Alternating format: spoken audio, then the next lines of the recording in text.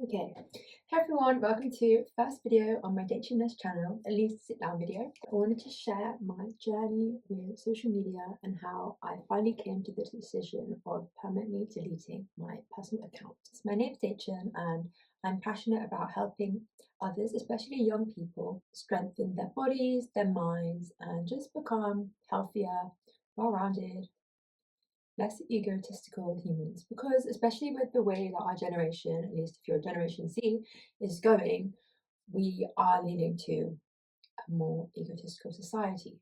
And I would attribute this strongly to social media, which is not our fault at all. It's literally there for us to use, and we've become addicted because the nature of the platform itself is to be addictive, so that we stay there for longer. It saps our time so that we can give the businesses money through ads.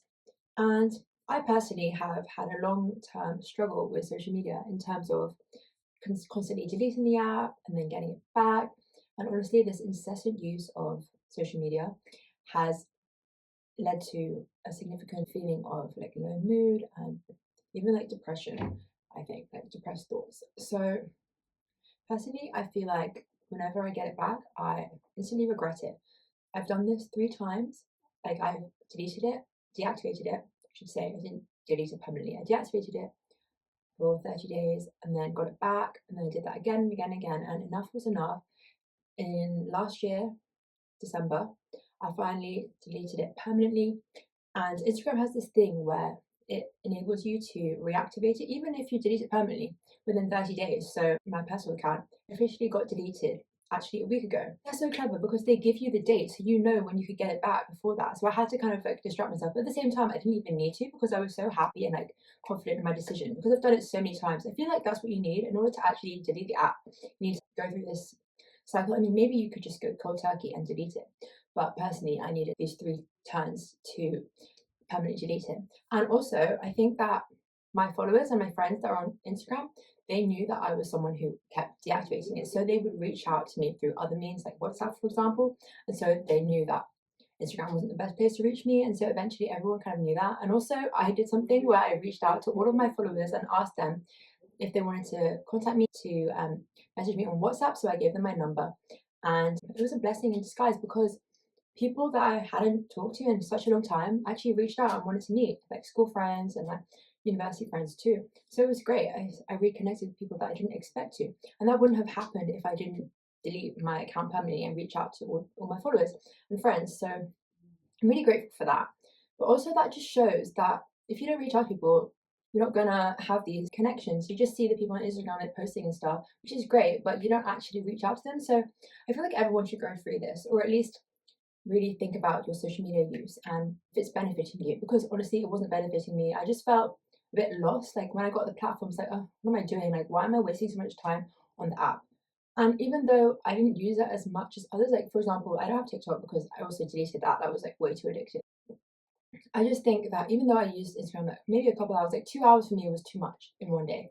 I wanted to reduce it to like 10 minutes. I'm really happy that I deleted my personal account. I still have my fitness Daichin account because I honestly only use that to post like recipes that I've done, and also it helps remind me like how I made the meal. So that's good. And also my workouts to inspire people. So I feel like accounts like business accounts, or I mean, I literally have 66 followers, but accounts that inspire others are great to have. But an account that's literally your own personal account where you're just like showing you in like different settings, or like you're going on holiday and like trying to kind of perform in a way to make your life seem better than it is, I don't think that's healthy because it makes us more egotistical by nature, because you're thinking about yourself the whole time and how you appear, how you seem to others, and you want to see if you have more friends, and also you're comparing to others, you're like, oh, do I have more followers? I mean, to be fair, that's kind of past time. People don't really care about the follower count, I feel like, but we still we compare inherently because that's the app.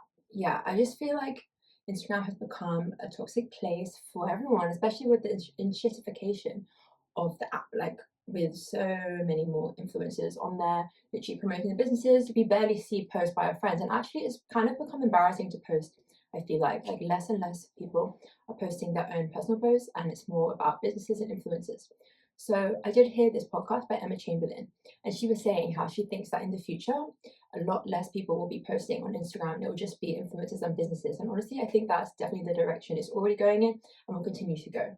And that's why I think it's time for Gen Z to fight back and reclaim our power and our time and, be in nature more, because these apps are literally just sapping our energy. Like, we're becoming lonely. We're having a loneliness epidemic because of these apps that are inherent, like they were meant to make us sociable. I'm super passionate about this, and I think it's actually sad when I see people younger than me. I'm 26, and I see people like 20, 21, and they're literally obsessed with their phones. I'm not blaming them. I'm blaming the apps. And also, oh my gosh, one person I met, he's never read a book, and he doesn't even intend to read a book. He doesn't feel the need because he thinks everything is short form these days, and you get content just like that. And his attention span is awful. And I'm not saying that. I'm not trying to blame him. It's literally the apps are making people this way, and so it means that he finds it hard to focus at work, for example, or with studies. And honestly, we're just making our society dull. And oh my gosh, I listened to a Stephen Bartlett podcast with an addiction expert, dopamine expert, and she was saying how the constant bombardment of posts and short form videos is leading to anhedonia, which is the ability to like not feel any joy. I mean, we keep getting a dopamine hit from every post we see, so our level of dopamine that we need in order to feel the same effect, joyful effect, is increasing each time. So we need more and more, and if we don't get the same amount, then we'll feel numb. So I don't know if that makes sense, but because my point is, the more we use like an addiction, she was saying, like social media, the more our level of dopamine gets increased, and so we're not able to feel joy as much. So I can definitely relate to this, because when I deleted Instagram in those deactivated it in those periods, as time went on in that month of deactivation, I definitely felt more joy with just the simple things in life. I could appreciate like a tree or the sky looking blue. I would be more present. But social media is just always on. Like, you don't appreciate the things around you because you're just on the phone the whole time.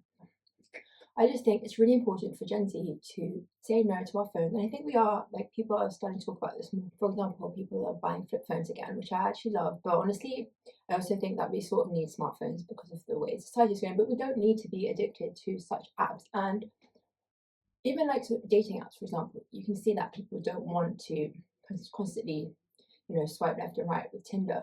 They want to meet people in real life. And I think that's telling of what we Gen Z want. And how do we get there? By not using social media, I honestly think. I mean, of course, you can use it if you're not addicted to it. But even so, I think the format of social media itself is addictive, like I was saying. And the short form videos is just making our attention span worse and worse. And how are we gonna make a better planet if we can't even focus on one thing? We can't. So yeah, everyone, deactivate social media for 30 days, see how you feel. And if you don't feel better, get it back. If you do, maybe you just keep doing it like I did, and then you eventually want to delete it permanently. And also, if you think, oh, social media like Instagram or whatever is my main form of communicating with friends, well, switch, go to messages or WhatsApp. Because honestly, I feel like your life will be so much better, and problems that you didn't even realize were problems will go away. So yeah, that's my rant about how I feel about social media, and I think that everyone should delete it at least once and see how they feel. Yeah. Hey guys, so I had an outfit change and my room has gotten slightly messy. But anyways, I just wanted to close the video and say thank you so much for watching. Hope you enjoyed. If you share the same sentiment with me, please like the video and subscribe. And I'd love to have you on this health, wellness, fitness journey. Release the lioness with it.